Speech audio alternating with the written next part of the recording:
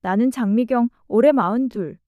아침마다 남편 도훈 씨가 출근하는 뒷모습을 보며 하루를 시작한다. 20년을 함께 산 남편의 등은 어느새 조금 굽어 있고 그 뒷모습을 보며 늘 같은 생각을 한다. 우리는 언제부터 이렇게 말이 없어졌을까? 언제부터 서로를 그냥 공기처럼 여기게 됐을까? 시어머니 박정옥 여사는 2층에서 사신다. 아들 내외를 위해 따로 거주하신다지만 사실 매일같이 내려오셔서 이것저것 간섭하신다. 김치 담그는 법부터 빨래 개는 순서까지 모든 게 시어머니 방식이어야 한다. 나는 그저 고개를 끄덕이며 따를 뿐이다. 20년간 그래왔듯이 아침 식탁은 언제나 조용하다. 도훈 씨는 신문을 보고 나는 반찬이 입에 맞는지 눈치를 살핀다.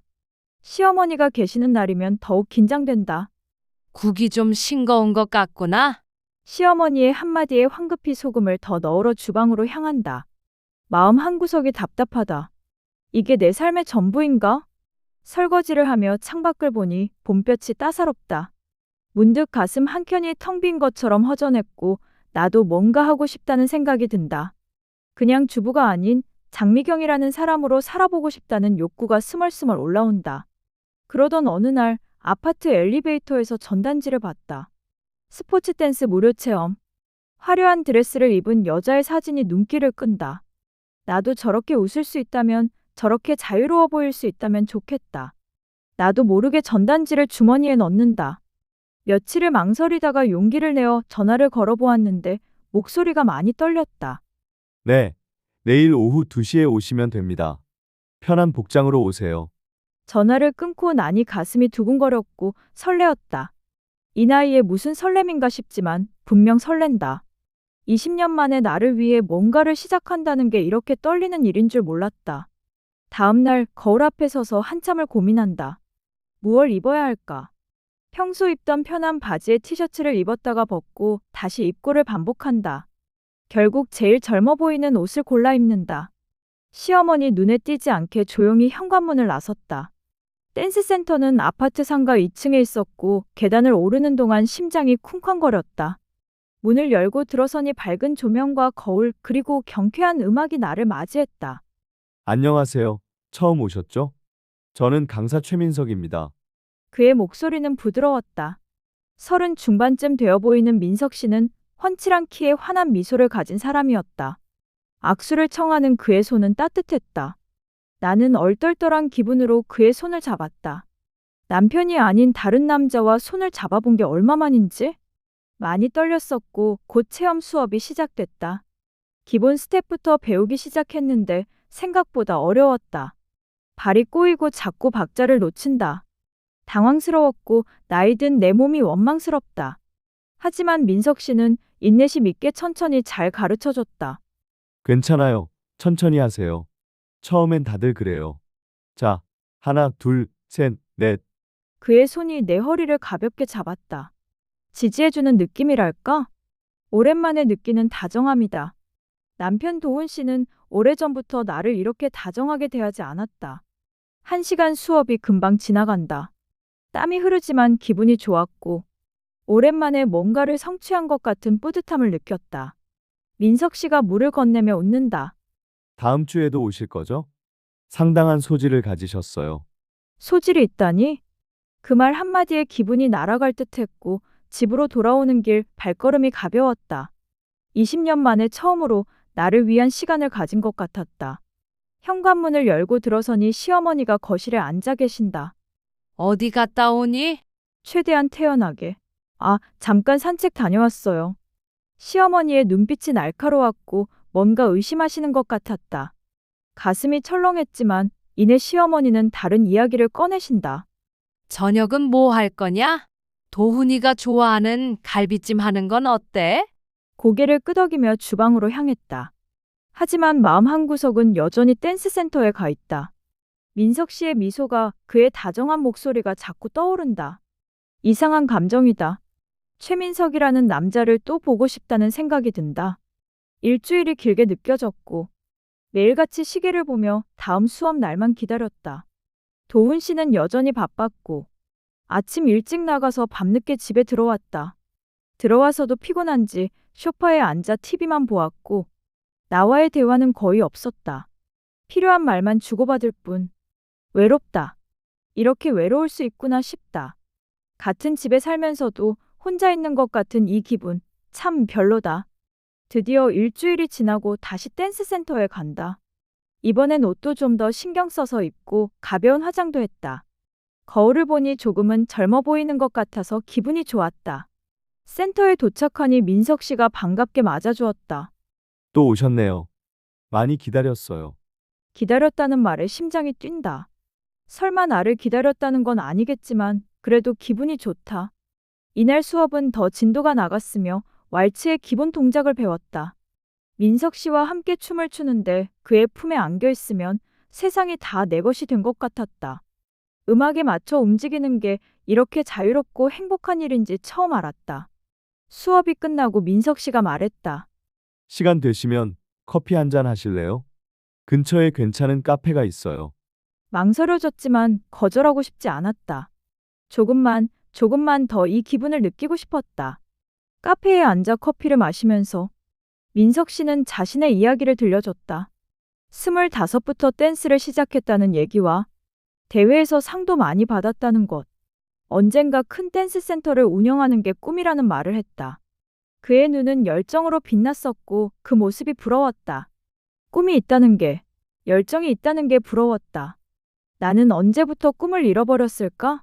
선생님은 꿈이 뭐예요? 그의 질문에 나는 멈칫했다. 나에게 꿈이 있었던가? 결혼을 하고 아이를 낳고 시어머니 모시고 남편 뒷바라지하는 게 전부였다. 나 자신을 위한 꿈은 없었다. 글쎄요, 그냥 행복하게 사는 거요. 내 대답이 너무 무미건조하게 들렸는지 민석 씨가 살짝 웃는다. 그것도 좋은 꿈이죠. 하지만 선생님은 뭔가 더 큰 걸 할 수 있을 것 같아요. 춤의 소질도 있고 표현력도 좋으세요. 그의 칭찬에 얼굴이 화끈거렸다. 오랜만에 듣는 칭찬이었다. 도훈 씨는 언제부터인가 칭찬에 대해 인색했다. 당연히 해야 할 일을 하는데 무슨 칭찬이냐는 식이다. 하지만 민석 씨는 다르다. 그는 나를 사람으로 한 명의 여자로 대해준다. 그게 너무 좋았다. 그 후로 일주일에 3번씩 댄스 센터에 갔다. 도훈 씨는 내가 어디 가는지 관심도 없다. 시어머니만 가끔 의심의 눈초리를 보내실 뿐이다. 요즘 자주 나가네? 시어머니의 질문에 나는 능숙하게 거짓말을 했다. 친구들 만나서 수다 떨고 와요. 집에만 있으면 답답해서요. 시어머니는 더 이상 묻지 않으셨지만 그 눈빛이 불편했다. 뭔가 들킬까봐 불안했다. 하지만 그 불안함조차 스릴처럼 느껴진다. 민석 씨와 점점 가까워졌고 수업이 끝나면 항상 함께 커피를 마셨다. 대화를 나눌 때면 그는 항상 내 말을 경청해줬고 내 이야기에 공감을 해줬다. 도훈 씨는 절대 해주지 않는 것들이다. 어느 날 민석 씨가 제안을 했다. 다음 주에 동호회 모임이 있어요. 가보시겠어요? 다들 좋은 분들이에요. 동호회? 더 많은 사람들을 만난다는 것.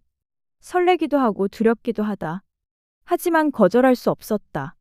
민석 씨와 함께 있고 싶었고 그와 조금 더 시간을 보내고 싶었다. 네, 한번 가볼게요. 동호회 모임 날 평소보다 더 신경 써서 옷을 입었다. 새로 산 원피스를 입고 화장도 진하게 했다. 거울을 보니 어느새 낯선 내가 보인다. 하지만 나쁘지 않았고 오히려 좋았다.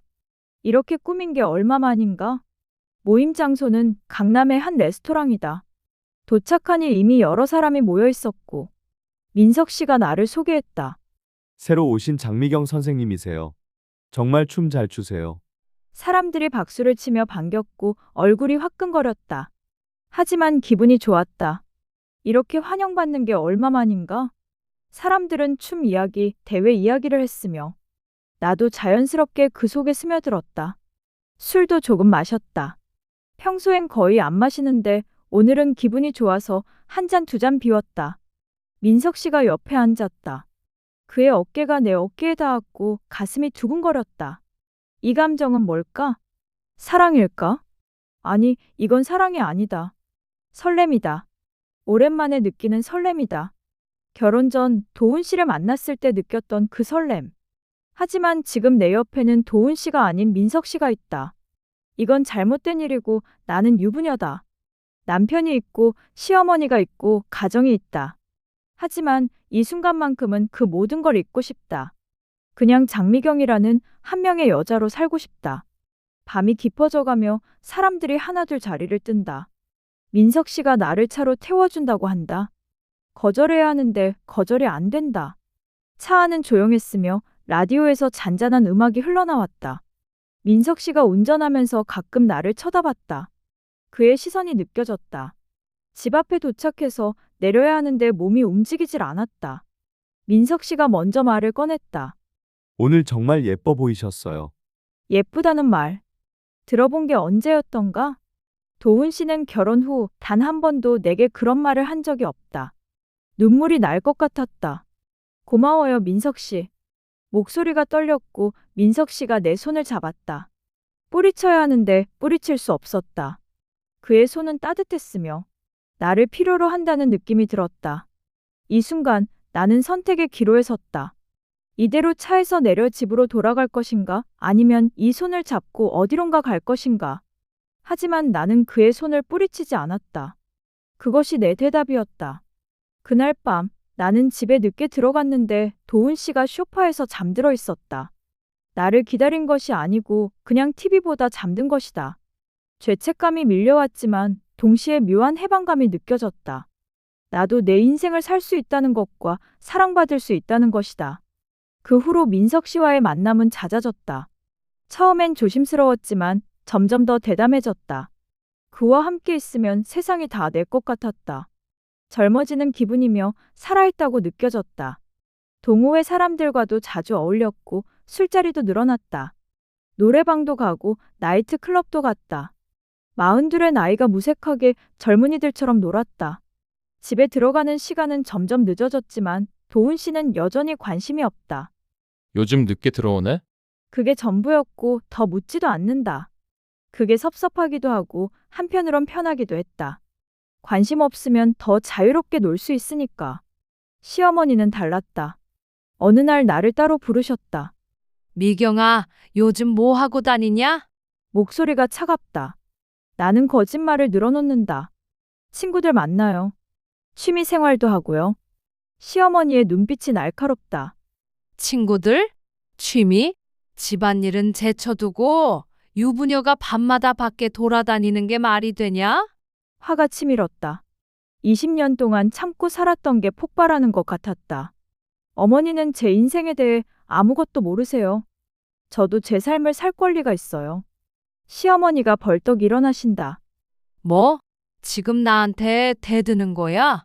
네가 이 집에서 먹고 자는 게 다 누구 덕분인데? 눈물이 났다. 분노와 억울함이 뒤섞인 눈물이었다. 더 이상 참지 않았다. 저도 20년 동안 이 집을 위해 살았어요. 이제 제 인생을 살면 안 돼요? 시어머니는 더 이상 말씀하지 않으셨지만 그 표정이 모든 걸 말해줬다. 실망과 분노 그리고 경멸. 나는 방으로 들어가 문을 닫았다. 가슴이 두근거렸다. 처음으로 시어머니께 대든 것이다. 무섭기도 했지만 시원하기도 했다. 그날 밤 도훈 씨가 집에 들어왔다. 시어머니가 뭔가 말씀하신 것 같았다. 도훈 씨가 나를 부르며 여보, 우리 얘기 좀 하자. 목소리가 무겁다. 나는 나가지 않았고 대답도 하지 않았다. 도훈 씨는 한참을 문 밖에 서 있다가 결국 돌아갔고 우리 부부는 그렇게 점점 멀어졌다. 민석 씨는 나에게 자신의 계획을 이야기했다. 댄스 센터를 확장하고 싶고 강남에 큰 센터를 열고 싶지만 자금이 부족하다고 했다. 나는 그의 꿈을 응원하고 싶었으며 그를 돕고 싶었다. 집에 있는 돈을 조금씩 빼내기 시작했다. 처음엔 100만 원, 그 다음엔 200만 원. 도훈 씨 몰래 통장에서 돈을 빼냈다. 죄책감이 들었지만 민석 씨의 환한 미소를 보면 그 죄책감도 사라졌다. 미경 씨, 정말 고마워요. 이 은혜는 제가 꼭 갚을게요. 그의 말에 나는 더 많은 걸 주고 싶어졌다. 그를 위해서라면 뭐든 할 수 있을 것 같았다. 그러는 게 사랑이라고 착각했다. 동호회 사람들과의 술자리는 더 화려해졌으며 비싼 술을 마시고 고급 레스토랑에 갔다. 돈이 물 쓰듯 나갔지만 행복했고 이렇게 사는 게 인생이구나 싶었다. 어느 날 민석 씨가 투자를 하면 어떻겠냐고 제안을 했다.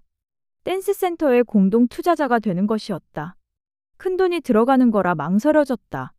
하지만 민석 씨의 눈을 보면 거절할 수가 없었다. 도훈 씨 몰래 적금 통장을 깨고 가입해둔 보험회사에서 대출을 받았다. 손이 떨리고 죄책감이 들었지만 멈출 수 없었고 이미 너무 깊이 들어왔다. 5천만 원을 민석 씨에게 건넸고 민석 씨는 감격을 했다. 미경 씨, 당신은 정말 천사예요. 이 사업이 대박 나면 절반은 당신 거예요. 그의 말을 믿었으며 우리는 함께 꿈을 이룰 수 있을 것 같았다.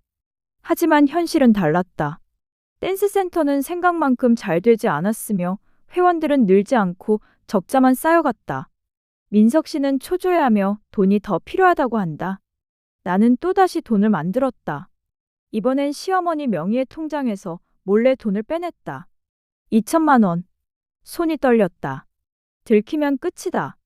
하지만 민석 씨를 위해서라면 감수할 수 있었다. 돈은 계속 필요했으며 나는 점점 더 대담해졌다. 도훈 씨의 회사 비상금 통장까지 손을 대었다.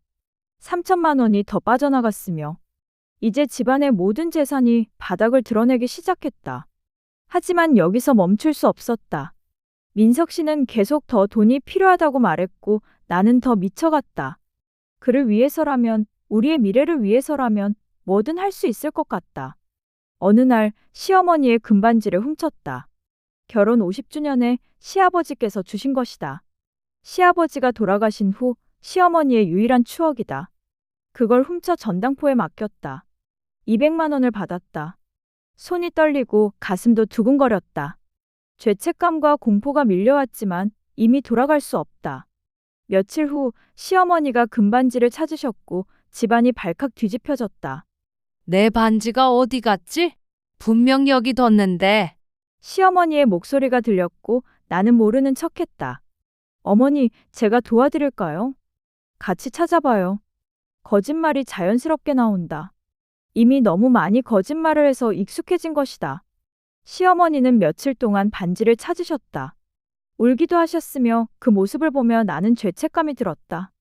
하지만 그것도 잠깐이었고 민석 씨와 통화하면 그마저도 잊혀졌다.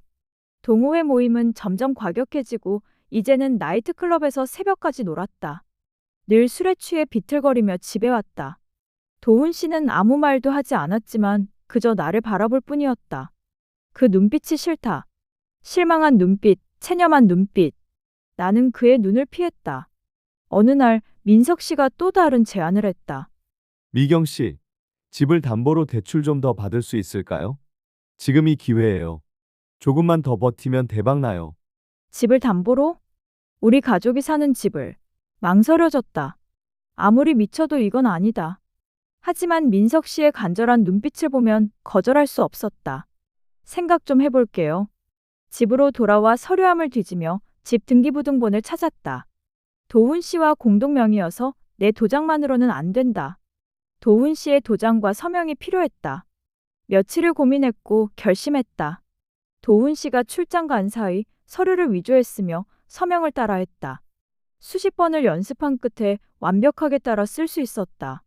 도장을 찍었는데 손이 떨렸다. 이건 명백한 범죄지만 멈출 수 없었으며 이미 너무 많이 왔다. 은행에 가는 동안 심장이 터질 것 같았다. 들킬까봐 두려웠지만 직원은 아무것도 몰랐다. 서류를 확인하고 1억 원 대출이 승인이 났다. 우리 집을 담보로 1억 원을 빌린 것이다. 통장에 돈이 들어왔고 그 돈을 보는 순간 현기증이 났다. 내가 뭘 한 거지? 하지만 이미 늦었다. 돈을 민석 씨에게 보냈고 그는 감격해서 나를 껴안으며 미경 씨, 사랑해요. 당신 없으면 못 살아요. 사랑한다는 말. 그 말에 나는 모든 걸 정당화했다. 사랑하니까 괜찮다고. 하지만 마음 한구석은 불안했고 이게 정말 사랑일까? 아니면 그냥 집착일까? 댄스센터는 여전히 적자였고 민석 씨는 점점 초조해했다. 이제는 나에게 짜증을 내기 시작한다. 돈이 더 필요해요. 뭐라도 더 구해와봐요. 명령조의 말투다. 예전의 다정함은 사라졌다. 나는 당황스러웠지만 그를 잃고 싶지 않았다. 더 이상 돌아갈 곳이 없다. 집에선 이미 이방인이 된 지 오래다. 나는 또다시 돈을 구하려 한다. 하지만 이제 빼낼 돈이 없다. 모든 걸 다 털어냈다. 이번엔 도훈 씨의 회사 법인 카드를 훔쳤다. 그걸로 2천만 원 현금 서비스를 받았다. 이자가 어마어마하다는 걸 알았지만 상관없었다. 민석 씨에게 또 돈을 보냈고 그는 받기만 할 뿐 이제는 고맙다는 말도 없다. 민석 씨가 완전히 변했다. 처음에 그 다정한 모습은 어디에도 없다. 불안감이 밀려왔고 이 관계가 잘못됐다는 걸 이제야 깨달았다. 하지만 인정하기 싫었다. 인정하면 내가 한 모든 짓이 헛된 게 되니까. 그날 밤 시어머니가 통장 정리를 하시다가 돈이 빠져나간 걸 알아차리셨다. 돈이 왜 이렇게 빠져나갔지? 나는 숨을 죽였고 들키면 안 되었다. 시어머니는 은행에 찾아가셨고 며칠 후 진실이 밝혀졌다. 내가 돈을 빼낸 것, 집을 담보로 대출받은 것까지 모든 게 밝혀졌다. 시어머니는 도훈 씨를 부르셨고 나는 방에서 떨고 있었다. 무서웠으며 모든 것이 무너지는 것 같았다. 도훈 씨가 방문을 열었다. 표정이 완전히 차갑게 느껴졌다. 이게 뭐야? 도대체 무슨 짓을 한 거야? 목소리가 떨렸으며 분노보다는 실망이 느껴진 목소리였다. 나는 변명을 늘어놓았다. 미안해요. 사업에 투자했는데 잘 되면 갚으려고 했어요. 도훈 씨가 쓴웃음을 지으며 사업 투자? 누구랑? 그 댄스 강사랑? 나는 말없이 그 자리에 얼어붙었다. 모든 게 들킨 것이다. 당신 바람 피운 거지? 그것도 모자라 집까지 날린 거야? 부정할 수 없었으며 고개를 숙였다. 도훈 씨는 더 이상 말하지 않았고 그냥 방을 나가버렸다. 시어머니의 표정이 무서울 정도로 차갑다. 당장 나가. 내 눈앞에서 빨리 사라져. 떨리는 목소리로 말했다. 어머니, 한 번만 용서해 주세요. 제가 잘못했어요. 시어머니가 비웃으시며 용서? 네가 무슨 짓을 했는데? 남편을 배신하고 집안 재산을 다 털고 내 금반지까지 훔쳤잖아. 그게 며느리가 할 짓이야? 금반지까지 들킨 것이다. 나는 더 이상 변명할 수 없었고 눈물만 흘렸다. 하지만 시어머니는 단호하셨다. 오늘 밤까지 짐 싸서 나가. 그리고 다시는 이 집 문턱도 넘지 마. 나는 그 자리에 주저앉아버렸다. 시어머니는 거기서 멈추지 않으셨고 너 고소할 거야. 서류 위조, 절도죄로 깜빵에 보낼 거야. 공포가 밀려왔다. 교도소에 갈 수도 있다. 바닥을 기며 시어머니께 애원했다. 어머니, 제발 한 번만 용서해 주세요. 제가 다 갚을게요. 제발요. 하지만 시어머니는 돌아서셨고 방문이 닫혔다. 혼자 남은 방 안에서 울부짖었지만 아무도 들어오지 않았고 위로도 없었다. 민석 씨에게 도와달라고 전화를 했지만 전화를 받지 않았다. 수십 통 문자를 보냈지만 답은 없었다. 며칠 후 댄스 센터에 찾아갔다. 문이 닫혀 있었고 폐업 안내문이 붙어 있었다. 민석 씨가 사라졌다. 내 돈을 들고, 내 꿈을 가지고, 내 인생을 가지고 사라졌다. 거리 한복판에 그대로 주저앉았다. 지나가는 사람들이 쳐다봤지만 상관없었다. 동호회 사람들에게도 연락해봤지만 아무도 전화를 받지 않는다. 아는 척도 하지 않았고 철저하게 이용만 당하고 버려진 것이다. 집으로 돌아가니 빨리 짐을 싸서 나가라고 한다. 가방 하나에 옷가지를 넣었다. 20년을 산 추억이 담긴 집. 하지만 이제 더 이상 내 집이 아니다. 시어머니는 나를 쳐다보지도 않으셨고 도훈 씨도 방에서 나오지 않았다. 혼자 현관문을 나서며 마지막으로 뒤돌아봤지만 아무도 배웅하지 않았다. 문이 닫혔고 그 소리가 마치 관뚜껑 닫히는 소리 같았다. 어디로 가야 할지 몰라 친구들에게 전화를 했지만 아무도 받지 않았다. 42의 댄스 강사한테 빠져서 집안을 말아먹은 여자로 모두에게 소문이 났고 동네의 웃음거리가 됐다. 모텔에서 하룻밤을 묵었다. 거울을 보니 초췌한 얼굴, 화장기 없는 피부, 눈 밑에 다크서클, 이게 나였다. 장미경? 모든 걸 잃은 여자다. 다음 날 고시원을 알아봤다. 제일 싼 곳을 찾았고 한 달에 30만 원이었다. 좁고 허름한 방, 창문도 없고 햇빛도 잘 안 든다. 이게 내 처지를 말해주는 것 같았다. 짐을 풀었지만 이 가방 하나가 전부다. 20년의 삶이 가방 하나로 줄어든 것이다. 허무한 웃음이 나왔다. 며칠을 멍하니 먹지도 않고 그냥 누워 있었다. 죽고 싶다는 생각이 들었지만 죽을 용기도 없었다. 그저 시간이 흐르기를 기다릴 뿐이다. 통장을 확인하니 남은 잔액이 100만 원도 안 되었다. 이걸로 얼마나 버틸 수 있을까? 한 달, 두 달? 어떻게든 살기 위해 일을 해야 했다. 식당 설거지 아르바이트를 시작했다. 42 나이에 처음 하는 아르바이트였다. 손이 트고 허리가 아팠고 뜨거운 물에 손이 익었다. 하지만 참아야 한다. 이게 내가 할 수 있는 전부니까. 사장은 나를 무시했다. 아줌마, 설거지 좀 빨리 하세요. 손님 기다리잖아요. 아줌마. 나는 이제 이름도 없는 그냥 설거지하는 아줌마다. 밤에는 고시원에서 혼자 울었다. 소리내어 울지도 못한다. 벽이 얇아서 옆방에 다 들린다. 이불을 뒤집어 쓰고 흐느끼며 후회가 밀려왔다. 왜 그랬을까? 왜 모든 걸 버렸을까? 도훈 씨의 얼굴이 떠올랐다. 묵묵히 가족을 위해 일했던 남편, 나는 그의 마음을 몰랐다. 그저 당연하게 여겼다. 시어머니의 얼굴도 떠올랐다. 간섭이 심하셨지만 그것도 나름의 사랑이었을 것이다. 어느 날 도훈 씨한테서 문자가 왔다. 법원에서 온 이혼 서류를 받으라는 내용이다. 가슴이 철렁 내려앉았다. 이혼? 정말로 끝나는 것이다. 법원에 가서 서류를 받았다. 재산 분할도 없으며 외도로 인해 위자료 청구도 당했다. 어떻게 갚아야 할지 몰랐지만 할 말이 없다. 떨리는 손으로 서명을 했다. 이것으로 20년의 결혼 생활이 끝났다. 며칠 후 시어머니한테서 연락이 왔다. 서류 위조와 절도죄로 형사 고소를 진행한다는 내용이다. 변호사를 선임하라는 비꼬는 듯한 조언도 함께 하셨지만 변호사를 선임할 돈이 없어 결국 국선 변호인을 신청했다. 재판 날짜가 잡혔고 법정에 섰다. 판사, 검사, 방청객들이 나를 쳐다봤고 그 시선들이 따가웠다. 한 달 후 판결이 나왔다. 징역 1년에 집행유예 2년, 사회봉사 200시간. 생각보다 관대한 형이다. 아마 초범이고 반성하는 태도를 보였기 때문일 것이다. 하지만 나는 이제 전과자다. 법정을 나서는데 도훈 씨가 보였고 멀리서 나를 쳐다봤다. 다가가서 사과하고 싶었지만 발이 움직이지 않는다. 도훈 씨는 고개를 돌리고 떠났고 그의 뒷모습을 봤다. 20년을 함께한 사람의 마지막 뒷모습. 후회의 눈물이 흘렀다. 몇 달이 지났고 계절이 바뀌었다. 가을이 오면 낙엽이 졌다. 내 인생도 낙엽처럼 떨어진 것 같았다. 공원 청소 사회봉사를 했다. 쓰레기를 줍는데 지나가는 사람들이 쳐다봤다. 손가락질하는 것 같았지만 참았다. 이게 내가 지은 죄의 대가니깐.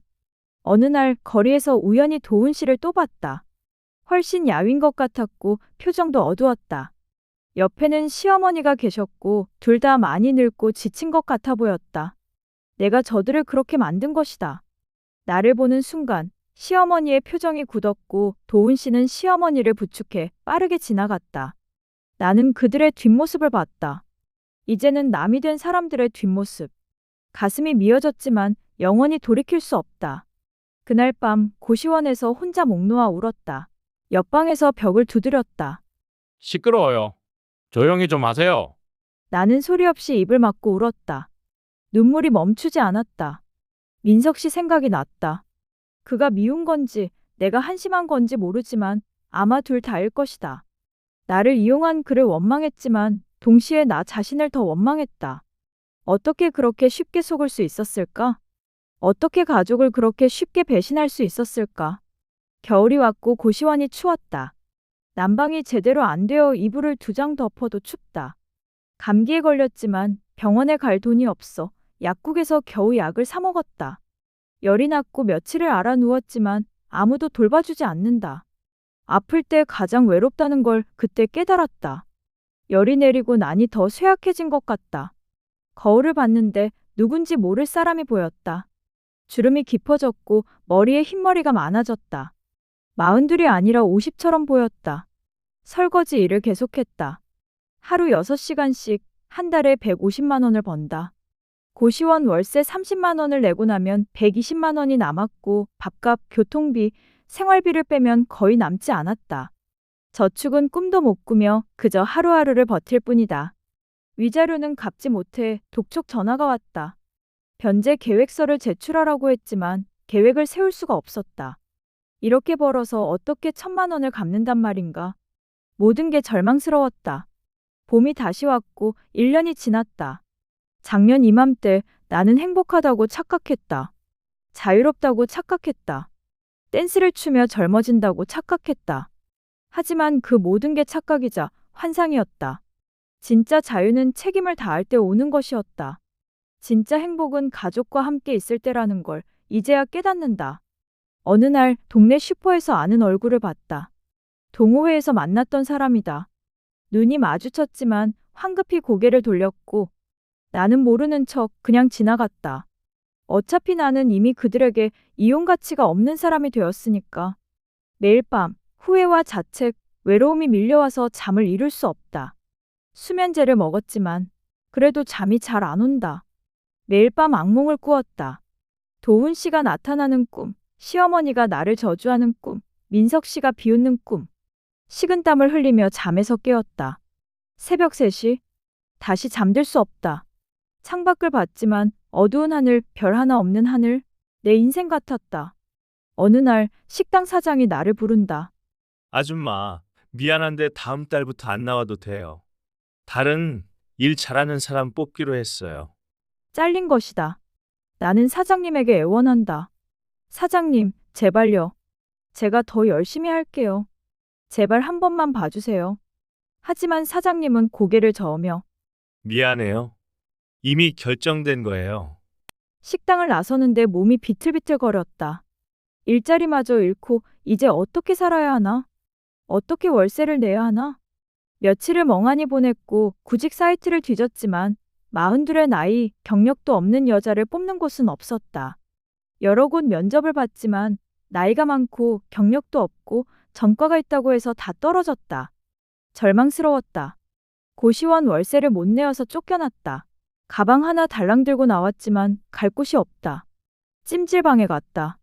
하룻밤 10,000원. 이틀을 보내며 사우나를 하고 찜질방 바닥에서 잤다.